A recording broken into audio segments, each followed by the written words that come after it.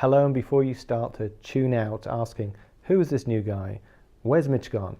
Fear not. Today we have a very special episode where I'll be talking to Mitch Hahn himself about a very serious matter, and that is anxiety and depression in the workplace.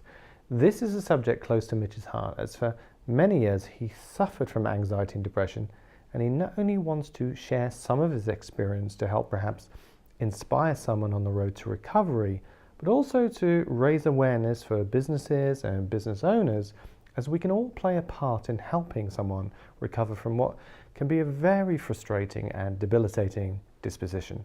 I'm Luke Adams, and welcome to Nordens TV.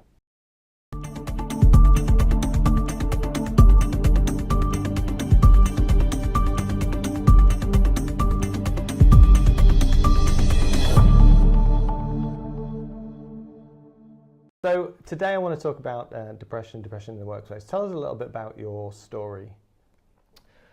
Well, when I was younger, I used to suffer from really bad anxiety and depression, but I didn't know that's what it was, and it was causing me all sorts of problems in my life in general, but mainly in the workplace. Yeah, I was going to say mainly the workplace, mainly my place of work, where I was every single day of my life.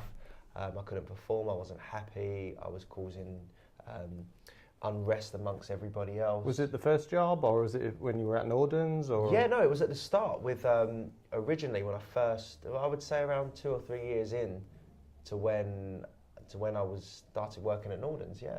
And how did you identify that it was depression? Did you seek help, or?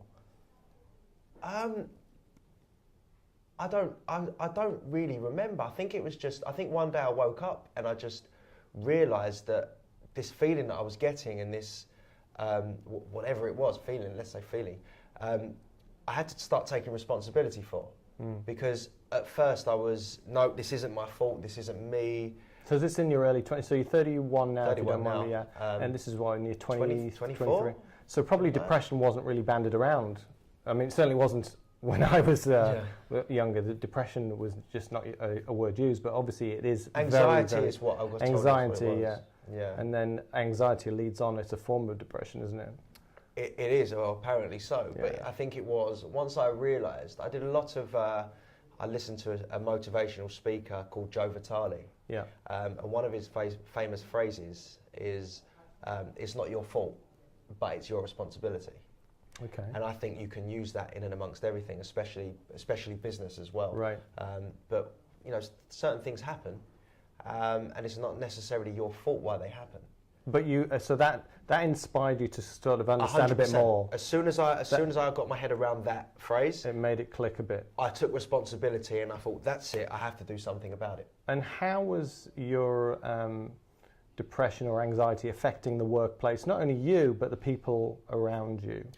So I'm a big believer in energy, and I think negative attracts negative, positive attracts positive, and feeling like I was feeling was attracting a lot of negative energy. I used to bring people's moods down. I just never used to get results. My work wasn't done properly. I think there was a time where I literally walked into the office, and before I even sat down, Mark looked at me and went, right, go home. Right, okay. Yeah. He just wasn't prepared for me to sit in the office like that anymore. You know, I never used to want to leave my bed, but... So it must be quite difficult for the people around you as well, because not everyone really understands it, especially if you're a kind of person that has never ever suffered with even bad mood swings or feeling down for longer than a couple of days. I know I've never suffered, but I do know people very close to me that have. How was it for the workplace, like Mark, for example, and the management? Were they very supportive? Is it important? Well, at the time it was only Mark, and I look up to Mark a lot. He's a big part of my life, and seeing the effects it was having on him, the stress that was causing him, because I used to keep either messing up or causing him problems with clients. It was, I mean, luck. He'd put up with a lot. He put up with a lot, yeah. And and it's, people look at me now, 31, partner, he's doing okay, and you know, it's not just it's not been a smooth ride. Yeah, they don't see what's gone on for you to get to where you are. Exactly. There's been a lot of issue, and I think it's the same with everybody. I think people only, everyone has a story, don't everyone they? has a story, and they only show you what they want you to see. Yeah. But I think it's important that that things like this are shared, just because I think people can relate, and I think, you know, the more I'm speaking to clients and speaking to people in the world, anxiety is becoming huge. For some reason, everybody's getting anxiety. It is. I mean, I think for the viewers, it's an important issue, but not only for people that are suffering, but also for the management, for the business owners, which is one of the things that you want to get across, is that you've got to be able to support the person that is suffering, but also put in processes and treatment or help if they need it. You were tell us about you did a bit of self-help. It wasn't, you didn't go out and get treatment. I mean, I did. I said, so the first thing was understanding that there was an issue. Yeah. So taking responsibility. Like I said, I knew it wasn't my fault. I didn't create those thoughts. Yeah. But it was my responsibility to deal with it. So, you know, and I thought, I can't keep causing this. You know, it's going to affect my career. It's going to affect my life. You know, and as you know, if we talk about now as a business owner myself, if I had the same feelings now, we would never be where we are today. Yeah. Because it would all rub off. It would be very negative. We wouldn't have the right people here. No one would, and so on. So once I did that, we bring in, and you've probably seen from other videos that we've done, that we bring in a coach. Yeah. Who comes in to work with everybody. Is that to identify or quickly identify in case there is someone in the workplace here, or is it just to keep that momentum going? No, it's nothing to do with that at all. Right, okay. But we bring him in to work with different people to help, you know, train them and get them to achieve their full potential. Yeah. And I just asked him the question one day, saying, look, I've got anxiety, I suffer from anxiety, it's causing me big problems, can you help? And do you know, it felt like a whole big weight was removed from my shoulders. Yeah. Is that because you spoke to someone? Just even that alone? Well, I trusted him. Yeah. I felt that he understood me and we had a mutual connection for whatever reason, I couldn't tell you. Yeah. And I asked him the question and he said, yes, I can help. And all because I asked that question randomly, you know, I'd only met him once or twice, but I just had an instant connection with him. All because I asked that question and dropped that whole ego that I did, and I took responsibility. He helped me solve my issue. And, you know, since I've 2 weeks or 3 weeks practice of the technique that he taught me, I've never, ever, ever had a problem. In fact, I help others with it, clients as well as people in the office, to help them achieve their full potential. And it's a great feeling seeing someone... It is. And the video isn't really to show you the steps of how to do it. I guess it's really to identify and admit to yourself, talk to someone if need be, or there are lots of different ways to get help. But also it's important to understand from a business point of view that the impact that can have. I mean, I think that's really important for not only the people around, you know, the peers of the person, but business owners and the managers and the have really got to be able to identify someone with that and then help them, because it'd be a waste. Imagine if Mark had discarded you at those early days.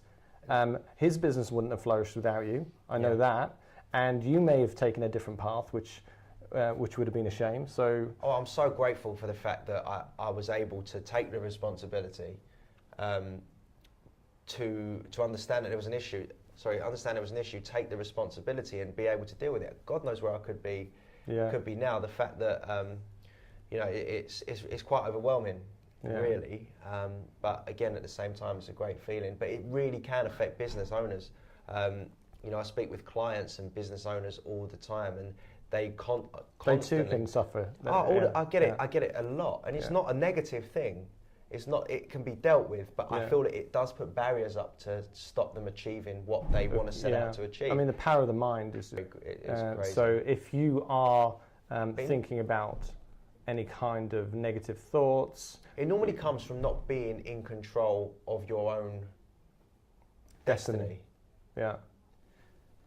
That's out of all the conversations I have with clients, that I would say majority of the problem. But I would say mainly the message I would give out to business owners or anybody that feels, or anybody watching this video who feels that it is causing them an issue, is it's not your fault, but it is your responsibility. I can't emphasize that enough. And once you understand that phrase, then you will change your world. So so when you're saying it's your responsibility to do something yes, about it. Yes. It's not your fault in terms of it doesn't mean, how it came about. It could be something trivial. It could be something long term. It could be like something major. Well, I've got a great analogy. If you're born with a disability, it's not your fault, but you have to learn how to cope with it and take responsibility. Yeah. And it's the same thing. The mind's the same thing. It's not your fault that you feel anxious or that you're in a certain situation. But once you realise that it's your responsibility and you have to take action because no one else can, it's down to you, then you overcome it. And do you know what? It's unbelievable the growth that you can potentially have once you overcome. But a lot of it's ego. People don't want to deal with it. They don't want to take responsibility. Ego is another topic that we can talk about sometime, because I think we've all been through ego, and that's certainly something that stops us based on the fear factor. But we'll come on to that on another video. So basically, take responsibility as a message. Yeah. Don't necessarily, if you're a business owner, to start to think, and someone's taking days off sick, it doesn't mean to say that they're not, they're skiving as such. They're not trying to take you for a ride. What they're doing is potentially suffering. And what you can do is help them so that you can release their full potential, and it'll help your business. Correct. Yeah. Mitch, thank you very much. No problem. Thank you. Okay, I'm sure you'll agree that was a very frank and enlightening interview. That was done off the cuff. We simply let the cameras roll. We had no preparation, and we talked for ages afterwards on the subject. But I took away some key points, and I hope you did too. Number one, people with anxiety and depression really do need your support, your guidance, your help. They don't mean to be anxious and depressed. Number two, businesses need to keep an eye out for certain traits so that they can identify their staff with these issues and then put in the infrastructure to help them. And number three, business owners too can suffer, and there is no shame in that. Whether it be you or for someone close to you, admission and understanding is the first point of call. Then you can take responsibility, and from responsibility allows you to make those changes in your life for the better. Like, if you want to learn more, or maybe understand how Mitch overcame his issues in further detail, please do get in touch.